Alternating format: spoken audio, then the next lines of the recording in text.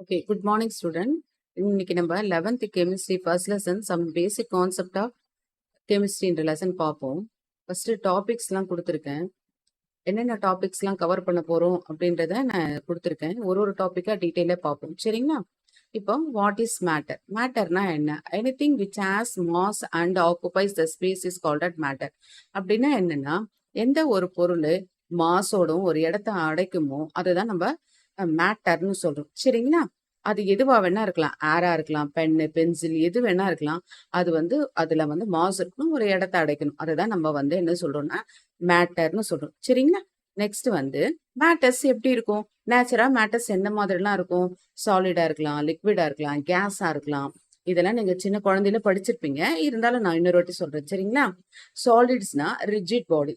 Rigid பாடினா என்னன்னா, ஒரு எலமெண்ட்டும் ஒன்னோட ஒன்று ஜாயின் ஆயிருக்கும். அதுதான் நம்ம சாலிட்னு சொல்றோம்.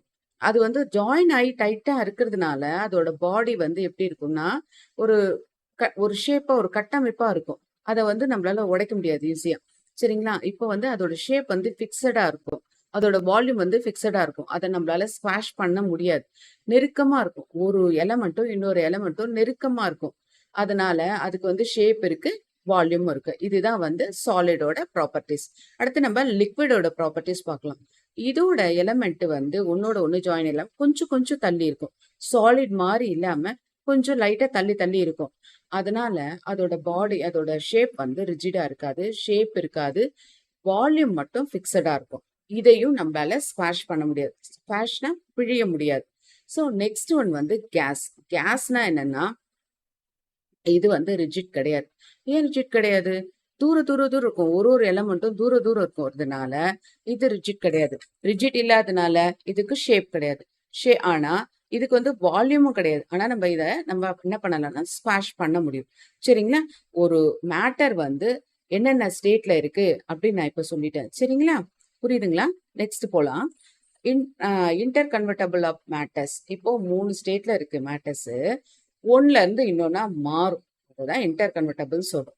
சாலிட்ல இருந்து லிக்விட் ஆகும், லிக்விட்ல இருந்து கேஸா மாறும், திருப்பி கேஸ்ல இருந்து சாலிடா மாறும்.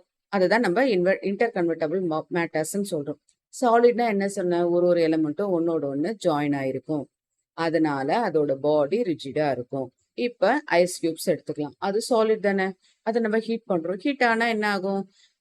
வாட்டரா மாறும். வாட்டரா மாறும்போது என்னன்னா, ஒரு எலமெண்ட்டுக்கும் இன்னொரு எலமெண்ட்டுக்கும் கொஞ்சம் கேப் வரும். அப்ப என்ன ஆகும்னா, கொஞ்சம் நல்லா கேப் வர்றதுனால அது லிக்விடா மாறிடுது. அப்ப அது ரிஜிட் பாடியா இல்லை. இப்ப இதுவும் இந்த லிக்விடோ ப்ராப்பர்ட்டிஸ்லாம் இதை நம்ம ஸ்குவாஷ் பண்ண முடியாது. வால்யூம் இருக்கும். ஆனா இதுக்கு ஷேப் கிடையாது. ஏன்னா அது சாலிட்ல இருந்து லிக்விடா மாறிடுச்சு. கொஞ்சம் கொஞ்சம் கேப் வந்துச்சு.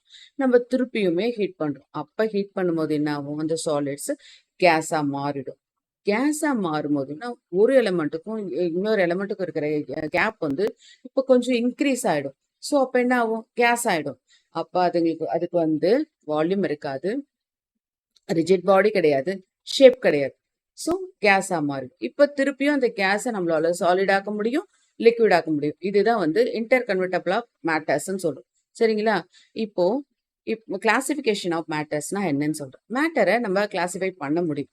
எப்படி பண்ணலாம்? பியூர் சப்ஸ்டன்ஸ், மிக்சர்னு சொல்லணும். பியூர் சப்ஸ்டன்ஸ்னா அந்த சப்ஸ்டன்ஸ் மட்டும் பியூரா இருக்கிறது தான் பியூர் சப்ஸ்டன்ஸ். மிக்சர்னா என்னன்னா, எல்லாமே மிக்ஸ் ஆகி இருக்கிறது. நிறைய காம்பவுண்ட்ஸ் மிக்ஸ் ஆகி இருக்கிறது தான் மிக்சர்னு சொல்றோம். பியூர் சப்ஸ்டன்ஸை ரெண்டா பிரிக்கலாம். ஒன்று எலமெண்ட், இன்னொன்று காம்பவுண்ட். எலமெண்ட்ஸ்னா என்னன்னா, தனித்தனியா ஒரு எலமெண்ட் தனித்தனியா இருக்கிறத நம்ம எலமெண்ட்ஸ்னு சொல்றோம். எக்ஸாம்பிள் ஹைட்ரஜன், ஆக்சிஜன், கார்பன் அது மட்டும் இருக்கும். அது மாதிரி இருந்தா அது எலமெண்ட்னு சொல்றோம். 2 எலமெண்ட் 3 எலமெண்ட் சேர்ந்து ஒரு காம்பவுண்டா மாறுறது நம்ம காம்பவுண்ட்ஸ்னு சொல்றோம். ஹெச்சும் ஓவும் சேர்ந்து H2O மாறி வாட்டரா மாறும். NaOவும் Clவும் சேர்ந்து வாட்டரா சால்ட்டா மாறுது. ஸோ இதே மாதிரி சுகர், இந்த மாதிரி காம்பவுண்ட்ஸும் உருவாகும். சரிங்களா? ஆனா இது எல்லாமே பியூர் தான். ஒரு குறிப்பிட்ட ரேஷியோல ஒரு எலமெண்ட்டும் இன்னொரு எலமெண்ட் கூட சேர்ந்து காம்பவுண்ட்ஸா மாறும். அதுதான் நம்மளுக்கு இப்போ சுகர் எடுத்தோம்னா C6H12O6 அப்படியே கரெக்டான ஒரு ரேஷியோல ஜாயின் ஆயிருக்கும். அதுலதான் நம்மளுக்கு சுகர் கிடைக்குது. அடுத்தது மிக்சர். மிக்சர்னா என்னன்னா, மிக்சரை வந்து நான் ஏற்கனவே சொன்னேன். நெறைய காம்பவுண்ட்ஸ்லாம் சேர்ந்து மிக்ஸ் ஆயிருக்க தான் மிக்சர்ன்னு சொன்னேன். மிக்சர்லயும் 2 டைப்ஸ் இருக்கு. ஒண்ணு வந்து ஹோமோஜீனியஸ் மிக்சர், இன்னொன்னு வந்து ஹெட்ரோஜீனியஸ் மிக்சர். ஹோமோஜீனியஸ் மிக்சர்னா என்னன்னா, 4, 5 காம்பவுண்ட்ஸ் ஒண்ணா சேர்ந்து ஒரே பொருளா மாறி இருக்கும். அதுதான் ஹோமோஜீனியஸ் மிக்சர்ன்னு. அது வந்து என்னன்னா, ஆ இப்போ அலாய்ஸ் வரும். அப்புறம் வந்து சுகர் அண்ட் வாட்டர். வாட்டர்ல நம்ம சுகர் மிக்ஸ் பண்ணி வைக்கிறோம். இதெல்லாம் வந்து ஹோமோஜீனியஸ் மிக்சர்ன்னு சொல்றோம்.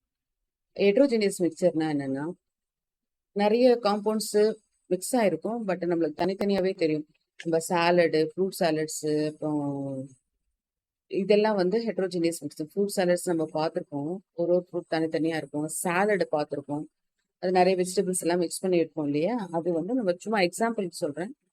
அந்த மாடல் தான் ஹெட்ரோஜீனியஸ் மிக்சர்ன்னு சொல்லுவோம். சாண்ட வந்து நம்ம தண்ணீல கலந்திருக்கும்போது என்னன்னா, கரையாம அடியில தங்கிடும். அடியில டெபாசிட் ஆயிடும். மேல வாட்டர் இருக்கும், கீழ சாண்ட் இருக்கும். அதெல்லாம் வந்து நம்ம ஹெட்ரோஜீனியஸ் மிக்சர்ன்னு சொல்றோம். ஸோ மேட்டர நம்ம இப்படிதான் கிளாசிஃபை பண்ணலாம்.